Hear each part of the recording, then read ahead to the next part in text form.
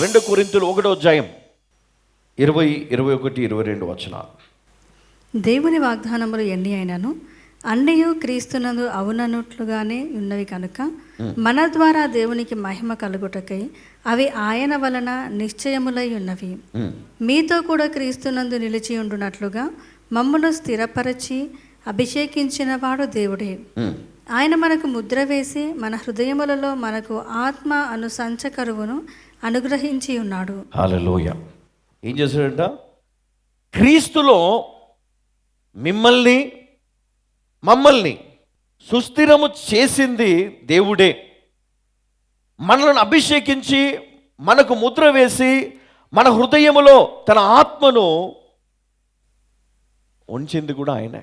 ఆయన ఆత్మతో మనల్ని అభిషేకించాడు, ఆత్మాభిషేకముతో నింపాడు. మరి దీన్ని పొందిన వారు చాలా తక్కువ మంది. మనం అభిషేకించబడతాం, కానీ దేవుని ఆత్మ చేత అభిషేకించబడ్డామా, దురాత్మ చేత అభిషేకించబడ్డామా? దేవుని ఆత్మ చేత నింపబడ్డామా, అపవిత్ర ఆత్మ చేత నింపబడ్డామా?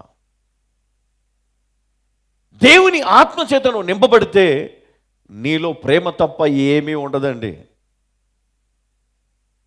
అపవిత్ర ఆత్మ చేత నువ్వు నింపబడితే నీలో ద్వేషము, పగ, అసూయ ఇలాంటివన్నీ నీలో ఉంటాయి. ఈరోజు ఆలోచన చేద్దాం, నీలో ఏ ఆత్మ ఉంది? ఈరోజు క్షమించలేని ఆత్మ నీలో ఉంటే అది దేవుని ఆత్మ ఎట్లా అవుతుంది? క్షమించలేని వ్యక్తిగా నువ్వు ఉంటే అది దేవుని ఆత్మ ఎలా అవుతుంది నీలో?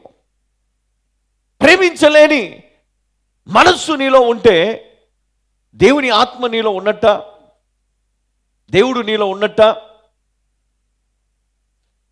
ఒకసారి ఆలోచన చేద్దాం. నేను దేవుని బిడ్డను అని చెప్పుకునేవారు, నేను దేవుని బిడ్డను అని చెప్పుకునేవారు నీలో ఉన్నటువంటి లక్షణాలను ఒకసారి నువ్వు ఆలోచన చేస్తూ నువ్వు ఒక పేపర్ పైన రాసుకో. నీలో ఏముందో, నీలో ఏ లోపం ఉందో ఒకసారి నువ్వు అడుగు. నీ ఇంటి వారిని అడుగు, నీ స్నేహితులను అడుగు, నీ యొక్క రక్త సంబంధాలను అడుగు. నీ జీవితంలో నువ్వు ఎలాంటి వాడవు, ఎలాంటి దానవో ఒకసారి అడగండి. చెప్తారు, నీకు ప్రేమ లేదు, నీకు తగ్గింపు లేదు, నీలో విశ్వాసము లేదు కదా. చాలా చెప్పుకుంటూ పోతారు. నువ్వు అప్పుడు ఏం చేయాలి? వాటన్నింటినీ చూస్తూ మోకరించాలా, కన్నీళ్లు విడుస్తూ దేవుని సన్నిధిలో మొరపెట్టాల, గుండెలు బాదుకుంటూ, యేసయ్యా నువ్వు నా కొరకు మరణించి నాకు ఈ శుద్ధీకరణనిచ్చి, ప్రభా నువ్వు వాక్యముతో నన్ను ఉదక స్నానము చేయించి నన్ను పవిత్రపరిచి నీ ఆత్మతో అభిషేకించినా కూడా నాలో మార్పు రాలేదు ప్రభువా, నన్ను ఏం చేయు, మళ్ళీ పవిత్రపరచయ్య, ఈ యొక్క అవకాశం నాకు ఇవ్వు అని మనం ప్రార్థించాలి, మొరపెట్టాలి. ఎందుకంటే క్రైస్తవుల్లో ఏమి లేదు అంటే క్రీస్తు లేడు. క్రైస్తవుల్లో క్రీస్తు లేడు. అందుకే వారి యొక్క ఆలోచన విధానము వేరు. ఈ మధ్యలో వారి ఇంట్లో కూడా దేవుడు లేడు, వారి హృదయంలోనే కాదు వారి ఇంటిలో కూడా క్రీస్తు లేడు. అందుకే దేవుడు మన జ్ఞాపకం చేస్తూ ఉన్నాడు. 2 దినవృత్తాంతములు 6వ అధ్యాయం 41వ వచనాన్ని ఒకసారి మనం చదువుకుందాం. నా దేవా యెహోవా, బలమునకు ఆధారమగు నీ మందసమును దృష్టించులెమ్ము, నీ విశ్రాంతి స్థలమందు ప్రవేశించుము. దేవా యెహోవా, నీ యాజకులు రక్షణ ధరించుకొందురుగాక, నీ భక్తులు నీ మేలును బట్టి సంతోషింతురుగాక. యెషయా గ్రంథము 61:10 కూడా, శృంగారమైన పాగా ధరించుకున్న పెళ్లి కుమారుని రీతిగాను, ఆభరణములతో అలంకరించుకున్న పెళ్లి కుమార్తె రీతిగాను ఆయన రక్షణ వస్త్రములను నాకు ధరింపచేసి ఉన్నాడు, నీతి అను పై బట్టను నాకు ధరింపచేసి ఉన్నాడు. చాలా బాగా. ఇక్కడ 2 దినవృత్తాంతములు 6వ అధ్యాయము 41లో మనం చదువుకున్నాము, యెహోవా దేవా నీ యాజకులు రక్షణ ధరించుకుంటారు గాక. తర్వాత యెషయా 61:10లో మనం చూస్తే, ఆయన రక్షణ వస్త్రములను నాకు ధరింపచేసి ఉన్నాడు, నీతి అను పైబట్టను నాకు ధరింపచేసి ఉన్నాడు. చూడండి, సంఘానికి దేవుడు ఇచ్చినటువంటి వస్త్రం ఏంటంటే అది రక్షణ వస్త్రము. ఆ రక్షణ వస్త్రముతో అంటే ఏం చేశాడు? ఆయన వాక్యముతో మనలను కడిగి శుద్ధీకరించి, ఆయన రక్తముతో కడిగి శుద్ధీకరించి, ఆ నీటితో బాప్తిజాన్ని ఇచ్చి, ఆయన ఆత్మతో అభిషేకించి, ఇదిగో ఏం చేశాడు? రక్షణ అనే వస్త్రములను మనకు ధరింప చేస్తున్నాడు. నీతి అను పైబట్టను మనకు ధరింప చేస్తూ ఉన్నాడు. దీన్ని మనం కాపాడుకోవాలి.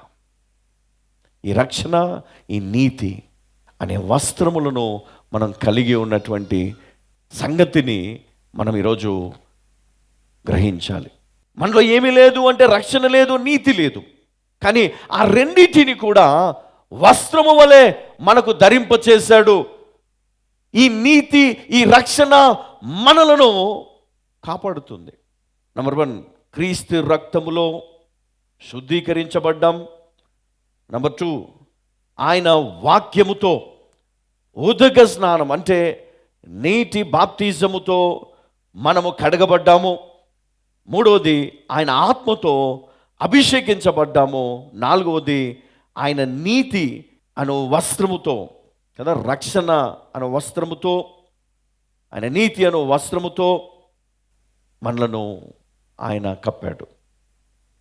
కాబట్టి దేవుడు మనకి ఇచ్చినటువంటి ఈ కృపను మనము మర్చిపోవద్దు.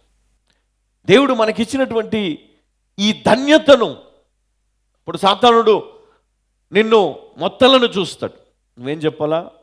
దేవుని ఆత్మచేత అభిషేకించబడ్డ నేను ఎంత మాత్రము కూడా నేను నీకు లోబడను, నీ మాట లక్ష్య పెట్టను.